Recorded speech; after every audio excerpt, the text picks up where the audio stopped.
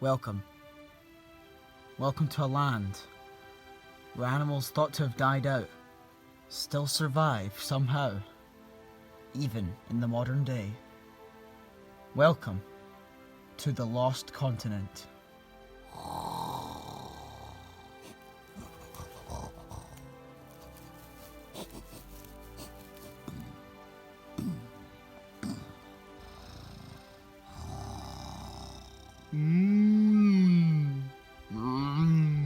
Today, we start off our journey at a strange place, one you would not expect us to start, with a death. We arrive at a fresh kill of an alpha T-Rex, who was once the alpha of this territory we are in right now. However, he is being brought down by a more skilled hunter, by a more deadly hunter.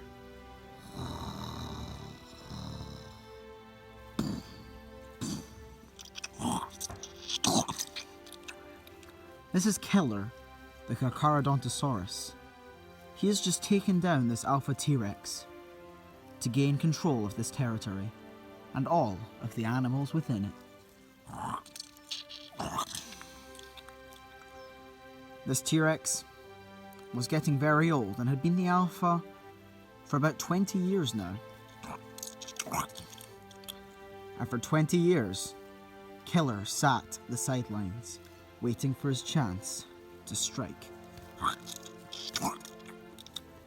Killer has taken his fill and now walks off to go patrol his new territory. However, it doesn't take long for the first scavengers to arrive.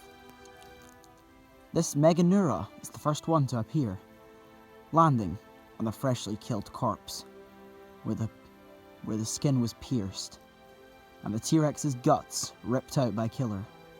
But then, a slightly larger animal comes along.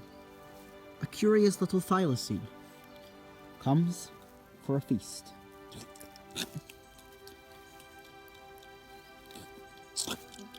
Then, another mammal arrives. A Machirodus, a type of saber-toothed tiger, not Smilodon, however. Usually this creature would not be scavenging, but times have gotten tough lately, and everything needs to scavenge to survive nowadays. Another scavenger arrives. A Guanlong.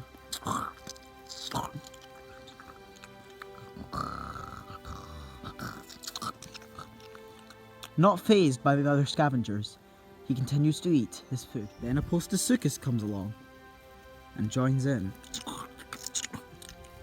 He does not bother to fight, as he's waited a long time for a meal.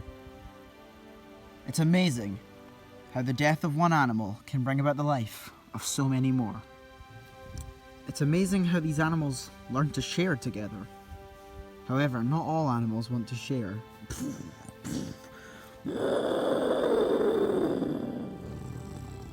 The group of scavengers turn to face the Ceratosaurus.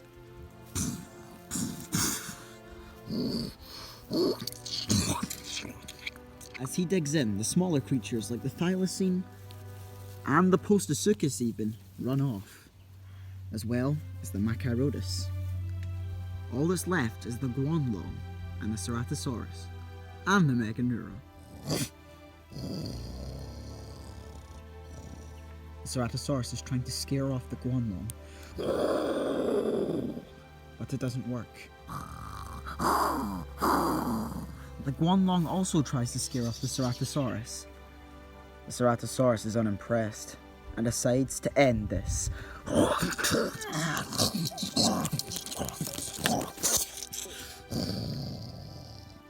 The Guanlong is dead, and now the Ceratosaur has even more food for himself.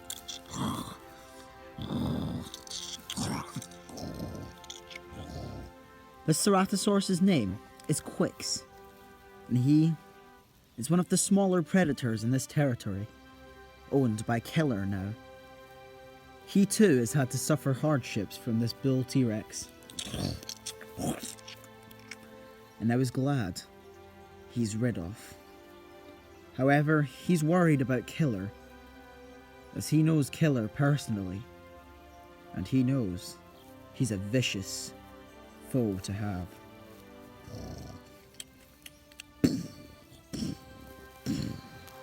Quix is distracted by something. This something has scared him off, and he runs off with what little food he managed to take. You may be wondering what scared Quix off. Well, here it is. A huge herd of ceratopsians and stegosaurs, led by this huge triceratops. He signals his herd to stop here. They've decided to graze in the nutrient-rich soil around about the corpse. Quite shortly, the whole herd begins to graze around the area, and the bull digs in. He sends the gigant Spinosaurus to be on watch duty for predators. The most important job while grazing. The gigant Spinosaurus goes to his area that he's been allocated to watch, and he looks for predators.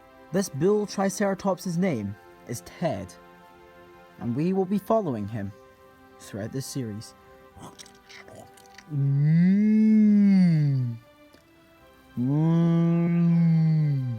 Not too far from the site of the bull Tyrannosaur's grave, we see a hyenodon scavenging the woodlands.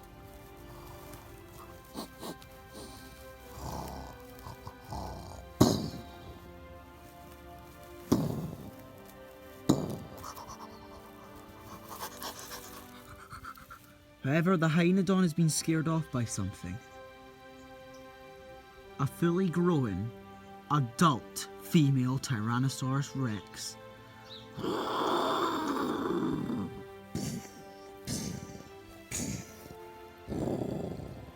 She is looking for her father, the alpha of this area.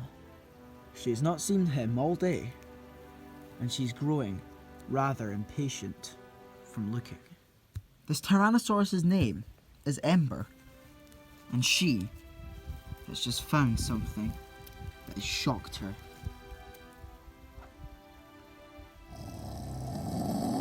Turns out her father was the bull T-Rex, and now she thinks that Ted's herd has killed her father. And she goes in for the charge in anger.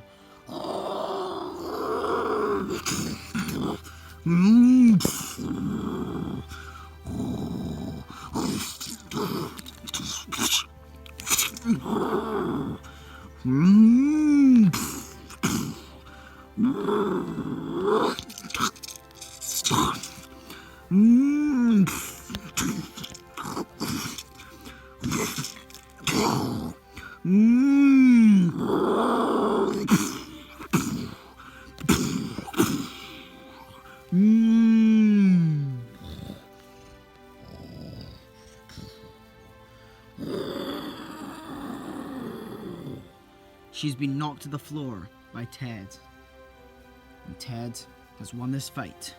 She honors that and walks off.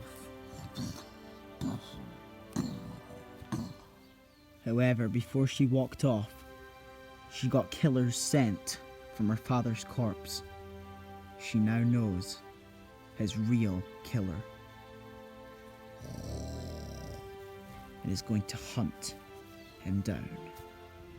About 2 miles away, here we can see a small gathering of sauropods. They are simply here to graze on this luscious forest. However, not all is right here. Something is watching them. They are being stalked by 3 large theropods.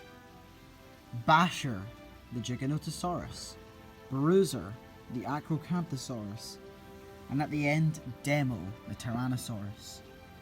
These 3 have come together to hunt prey this large, something they usually wouldn't be able to do on their own. but as a pack, they can accomplish great things. And now Demo is about to lead the attack on the sauropods. Demo has selected to go for the Europasaurus, as it is a very small sauropod. However, not the smallest, but it should feed them for a few weeks if they manage to kill it. He signals in Bruiser.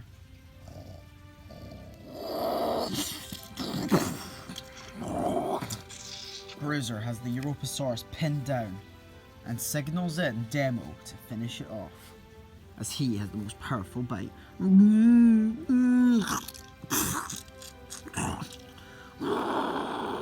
Meanwhile, Basher is trying to scare off the herd from attacking while they finish off the Europasaurus.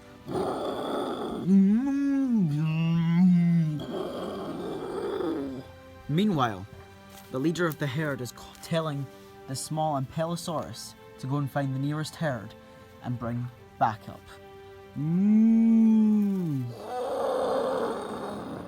Meanwhile, about 10 miles away from where the sauropods are, here we see a quagga on the edge of a field.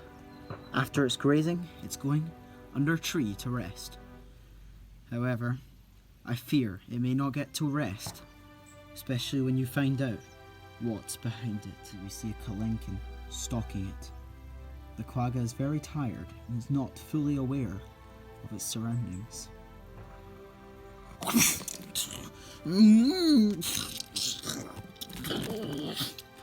The Kalenkin shakes it about, breaking its neck.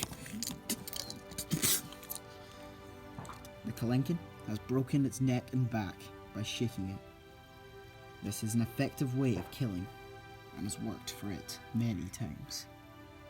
This Kalenkin is the alpha of this territory, due to the amount of dinosaurs that aren't present here. It's mainly mammals and reptiles that live in this area. He is one of the only he's one of the only dinosaurs that live here. Even though he's not technically a dinosaur traditionally, he is in the same family. And this is his home. This Kalenkin's name is Yellowbeak. And he's actually been finding it quite hard to keep this territory to himself lately, due to immigrating animals from other territories, such as Entelodont, Hynodon and Smilodon. They've all been coming into this territory and making it a lot harder for him to keep it. But, so far, he seems to be doing an alright job. However, it seems today will not be an easy day for him, as an Entelodont has wandered onto the scene and is interested in this quagga. This relative of the hippo that looks like a pig is wandering in.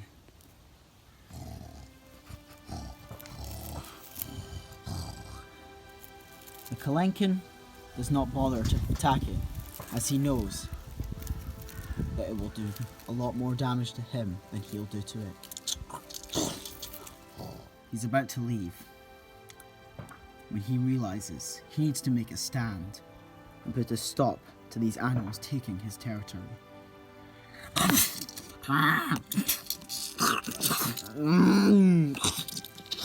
Yellowbeak has knocked the Entelodont down, but it still has some fight in it.